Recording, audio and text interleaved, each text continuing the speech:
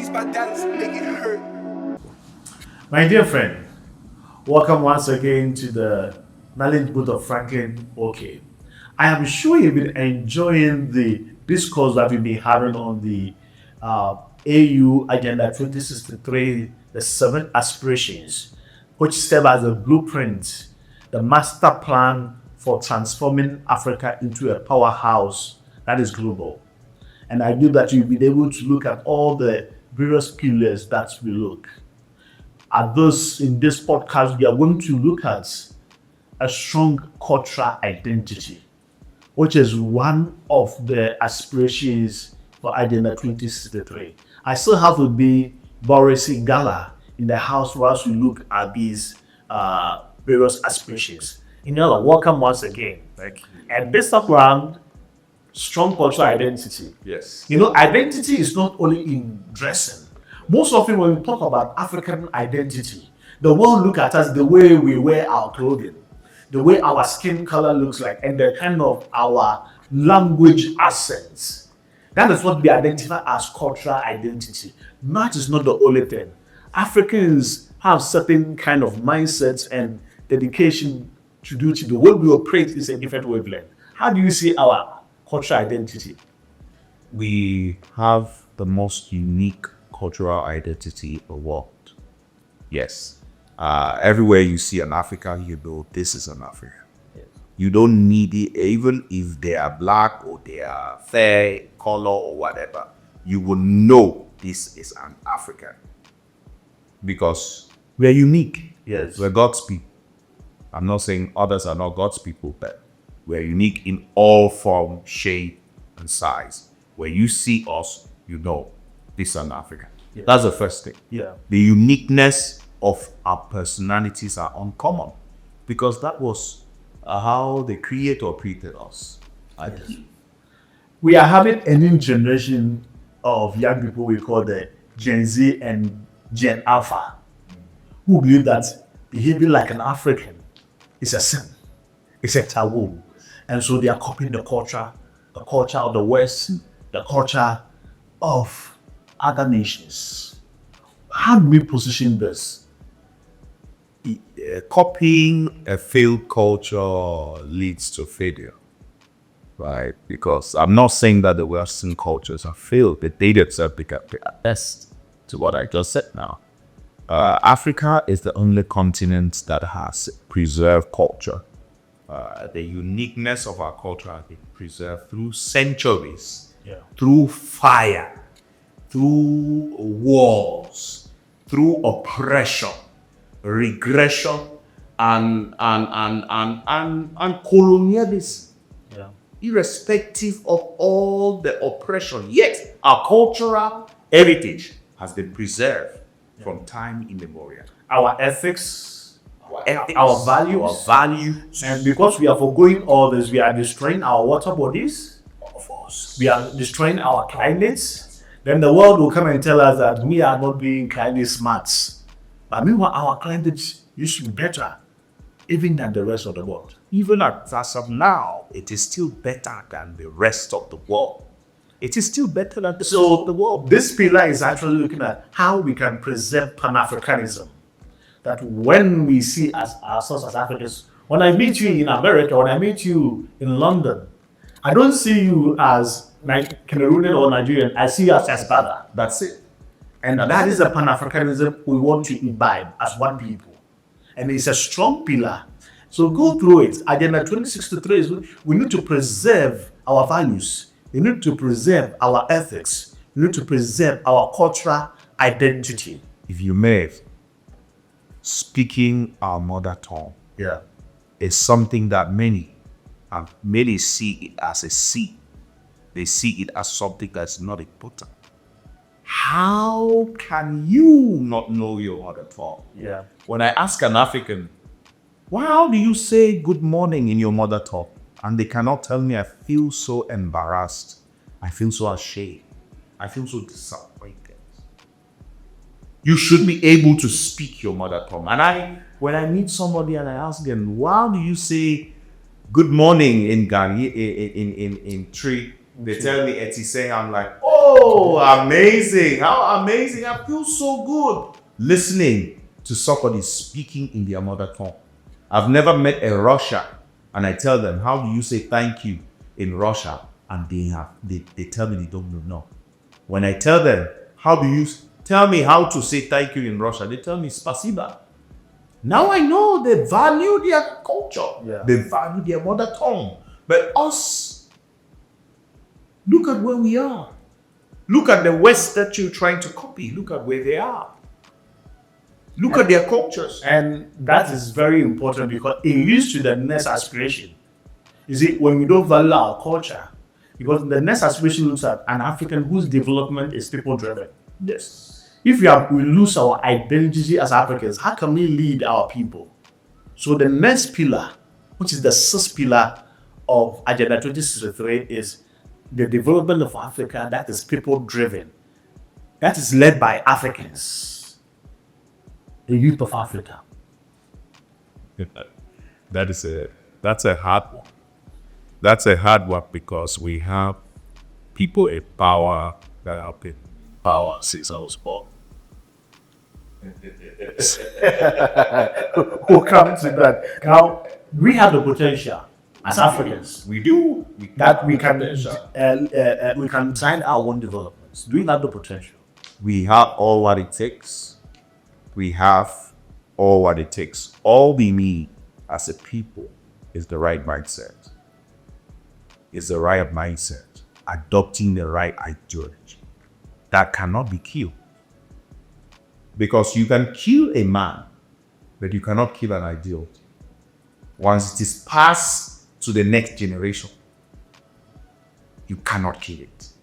We need to adopt the right mindset and adopt the right ideologies about Africa. We are all we have. Yeah. Africa, we are all we have. And if we are talking about a people-driven continent, we have to understand that we are all we have. Number one, to scale up. You are all I have as it stands right now. Yeah. You're my African brother. Wherever I find you, no matter how the world has tried to paint in Nigeria, there are amazing Nigerians out there. Of course. Doing amazingly well. The best doctors in the US are Nigerians. Yeah. Of course, the best doctors in US are Nigerians. The best athletes in the world from Cameroon. Yeah. Of course. And Kenya. And Kenya. Of course. And Ethiopia. And Ethiopia. Of course, we can name them all. We have amazing researchers in the world from this same Ghana. Yeah, Ghana. Amazing scientists. Amazing scientists. Amazing scientists, even from Cameroon. These are people that we need. In fact, we should know we are all we have. We should begin to believe in ourselves. Now we are having a mass exodus of the African brightest minds moving to Europe, America, Canada. How do we bring our friends in the diaspora for them to know that Agenda 2063 said Africa can only be the hero of its own people? Let us start by looking at the environments. The environment where we find ourselves. Is Ghana conducive enough to accommodate the African diaspora? Is Cameroon conducive enough to accommodate, the diaspora? Is Chad, Nigeria, all of these countries put together, from the east to the west, to the north, to the south and center of Africa, is this environment conducive enough to accommodate these people? Because first, the West strategically drew this plan when they were doing their partitioning of Africa. The next plan was how to absorb the best of Africa out of Africa, to suck the energy out of Africa and to ensure that they stay there, they are trapped. I can guarantee that most of these best minds in trapped over there because of the rat race. Due to the rat race, they feel trapped. They want to come back home. But is the environment an enabling environment? Because remember one thing. This amazing flower here, let's liken it to a baobab tree or boma tree as it's called. If we take this flower here, which is a boma tree, all of us here, our hands cannot size around it. Normally in the forest. We take it, we plant it in these flower pots. This environment will retard its growth, its capacity, its quality, its fruitfulness. It will retard its growth. So environment matters. It means if our leaders are looking at this aspiration of African development driven by its people, then you need to create the enabling environments. Create the enabling For the brightest minds that are scattered across the globe Yes. to come up. Yes. And that should be championed. Healthcare. Africans, we have the best. When you go to Europe, insurance. Once you have insurance, you have free healthcare in some of the countries. What is happening to Africa? Why can't we have the same to even our senior citizens? I mean, talking about a people's driven Africa, an Africa that does not honor its seniors. What is the Africa? What are we talking about? What are we talking about? An Africa that does not honor war veterans, that does not honor senior officers, army, let's say. Yeah. These people, some of them, they feel left out.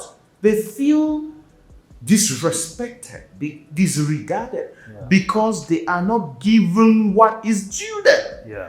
People who have put their life in the finance industry, the banking industry, to build what Ghana is today, are they honored accordingly?